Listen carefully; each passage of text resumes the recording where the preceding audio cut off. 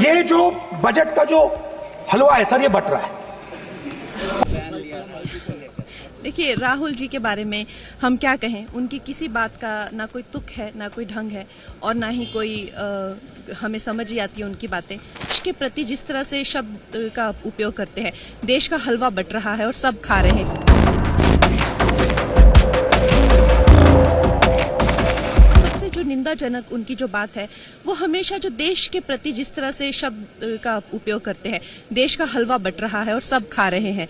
देश के बजट को, उनकी दादी ने भी देश के कई बजट बनाए हैं, उनको हलवा कहना और देश को मिल बांट के खाना, इस तरह की बातों को इम्प्लाई करना, ये देश के लिए अच्छी बात नहीं है। और खासकर जैसा कि अनुराग ठाकुर जी ने कहा, ये जो कांग्रेस की जो मानसिकता है, देश का बंटवारा करके खाना, ये नेहरू के टाइम से चली आ रही है, और इस मानसिकता को बदलना। देश कोई खाने की, देश सेवा की चीज है, और आप नेता हैं तो आप देश की सेवा के लिए बने हैं। आप देश को काट कर मिल बांट कर खाने के लिए नहीं बनते। परमिशन नहीं है आपको। सर मैं ये फोटो दिखाना चाह रहा हूँ, नियम के तहत मैं समझाना चाह रहा हूँ। नियम के तहत परमिशन नहीं है माननीय। अच्छा सर, मैं ये फोटो समझाना चाह रहा हूँ सर। इसमें ये जो बजट का जो हलवा है सर, ये बट रहा है।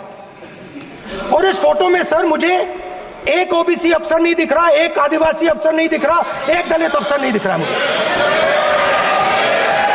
ये हो क्या रहा है sir?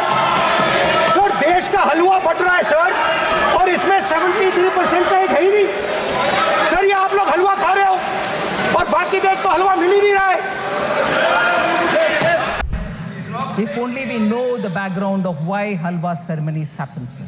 It's a very important phase where actually in this country halwa ceremonies have been happening for a very long time. माननीय When मंत्री जी, कब से हो रही है भी बता दो आप। मैं बोल रहे हैं सर, मिंटो रोड में जब प्रिंटिंग प्रेस था, जब बजट उधर प्रिंट होता था, तब से लेकर के staff who get themselves inside that premises. If you like this video, then like, share and subscribe to Mirror Now.